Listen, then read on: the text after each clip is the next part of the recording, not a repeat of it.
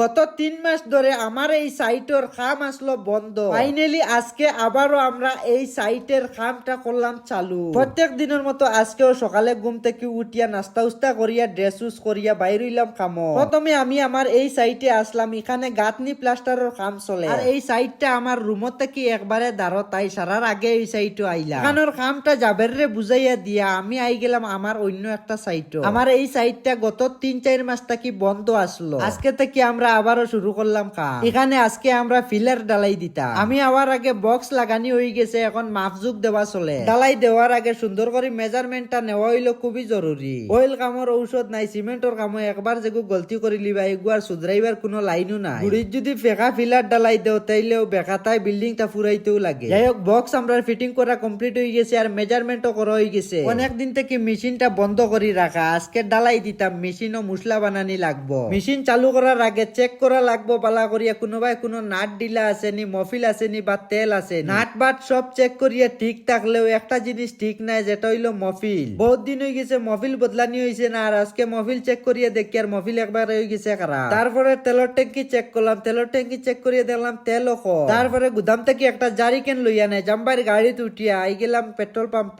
এখান থেকে 10 litre diesel লইয়া আবারও নেজাম্বাইর গাড়িতে উঠিয়া আইলাম সাইটও। আমি গাড়িত বয়াত রয়েছি না, জাম্বাইরে কইলাম ডিজেল উঠাই নিয়া তোরা সাইটও দিয়া। ডিজেল দিয়া আমি নেজাম্বাইরে লইয়া আই গেলাম ওয়ার্কশপ। আমি আমার স্কুটিটা আজকে থেকে 1 সপ্তাহ আগে এখানে আনিয়া দিছিলাম বানাইবার লাগি। তারপরে থেকে আমিও সময় পাই না, আই না, আর আমি না হওয়াতে মেকানিক্স ওইখানে কাম করে না। ফাইনালি আজকে শুরু করছি আমার স্কুটির কাম। প্রথমে আমি আমার স্কুটির ইঞ্জিনের কাম গুণ করমু, তারপরে বডির কাম। জানি না আজকে ইঞ্জিনের কাম শেষ হইব কিনা। নেক্সট ভিডিও দেখতে পারবা স্কুটির কাম কিতা হইলো কিতা না।